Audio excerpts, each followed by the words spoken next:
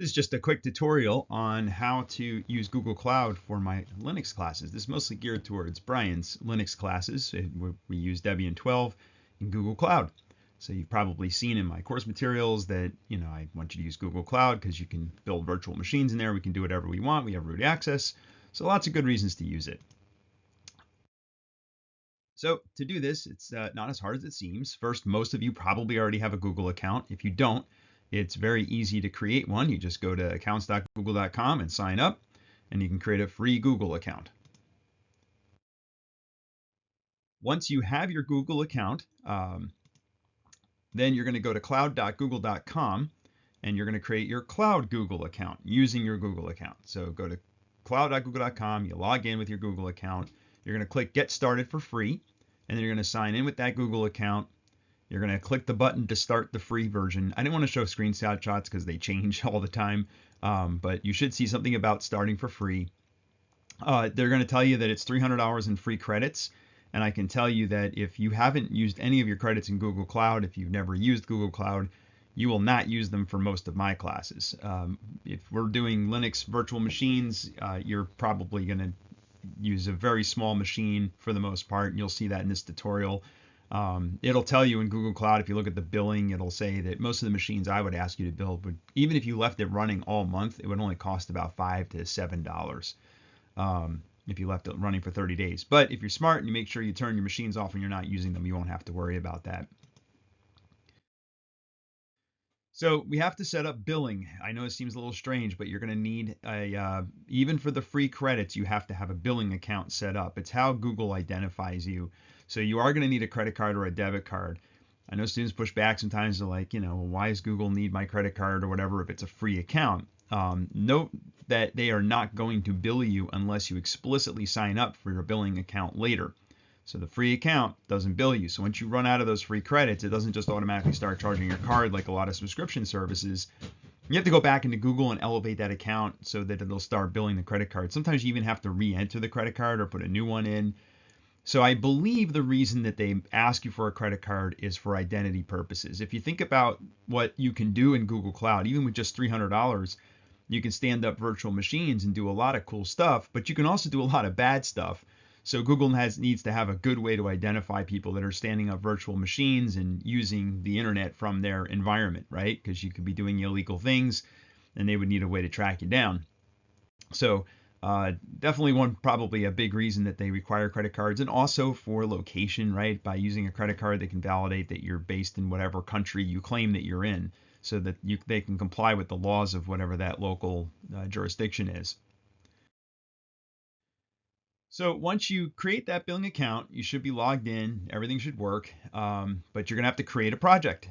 So you're gonna, in console.cloud.google.com, that's where you're gonna go. You're gonna select a project on the top bar. There's a button to select a project, and you'll have an option to create a new project. I usually recommend not using the basic project that they give you and creating a new project because it'll have an easy to remember name. Usually the name of the project that they give you by default is kind of a ridiculous hyphenated name, but you can create a new one. I usually use something simple or memorable. You'll see that in the demonstration when I show you my stuff.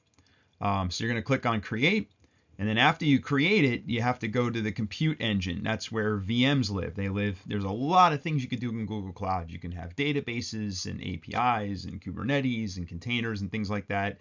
We're going to use virtual machines in this class. For that to work, you have to enable the compute engine. It's not turned on by default. So to turn that on, you're going to have to go to Compute Engine, and you'll see a button to enable the Compute Engine for your account. It's a little blue button usually, although it could change. Every time I show screenshots, it's like the next day Google changes the UI. But that's where you're going to enable that Compute Engine API so that everything else will work. You'll be able to create those virtual machines, and that'll really kind of get this environment up and running and ready to go. Now, keep talking about the fact that I don't like to show screenshots of the Google console in the browser because it changes all the time. So I also try not to record a lot of videos showing me doing things in the Google Cloud when I show how to do assignments because again, they're always changing. Every time I create a tutorial for how to use Google Cloud, it's like they're monitoring my YouTube channel to see when I put a video up to change everything. So But what I do notice is that the Google Cloud SDK CLI, so the command line interface to manage your cloud environment, almost never changes. So I generally try to use the CLI because it's a little more stable than using the browser. And it's faster, to be honest. Once you get used to the Google Cloud CLI, it is faster to build machines, stop machines, manage your machines. All that stuff becomes easier. And even SSHing into your machines becomes a lot easier. So first, you're going to make sure you're logged into your Google Cloud. You probably already are if you're following along in the video. And you're going to go to cloud.google.com/SDK. That's going to land you on this website, which may not look like this because, again, they change them all the time. But you're going to look for a button about installing the Google Cloud CLI. Again, you will not see this unless you're logged in. So Google hides a lot of this stuff unless you're actually logged in. You can see I'm logged in because my picture's in the upper right. Once you click that button, it's going to open another page, and you're going to see kind of when you scroll down under Install Google Cloud CLI, there's going to be these tabs for different types of environments like Mac OS or Windows or Chromebook. So I'm on Windows, so I click the Windows tab, and then I have a button I can use to download the Google Cloud CLI for Windows. If you're on a Chromebook, you can do it for Chromebook. If you're on a Mac OS, you can do it on Mac OS. If you have a Linux machine, you can do it there. Either Red Hat or Debian. If you're not sure which one you have, let me know. I'll help you.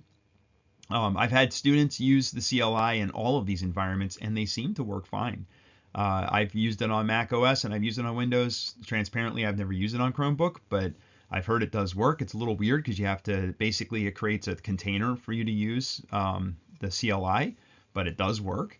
So definitely have options there. So once you get the CLI working, then you'll be able to move forward and start managing that environment, which I'm going to show you on the remaining of the slides. I'm going to show you how to log into your Google account from the CLI, how to manage your project, how to manage your zone and your region. Just some advice. What I usually recommend is keep your zone and region consistent. In some of my classes, we use different regions and zones, like when we talk about disaster recovery and things like that. But for the most part, just keep them consistent, because sometimes you need to do something for an assignment. Machines have to talk to each other, and if they're in different regions, that may not work, right? So I've had students accidentally build things in different regions and zones, and then it kind of ruins their day. So I just keep it consistent. I generally use US Central 1 for my region, and then I use Central 1B for my zone. This just because they tend to work well for me. I haven't had any issues with them, but you can use any region and zone that you think is appropriate.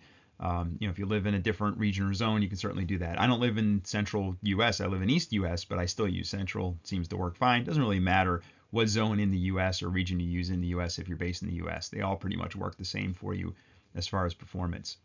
So let me know if you have any questions as you go through this, and just follow along and get your environment set up.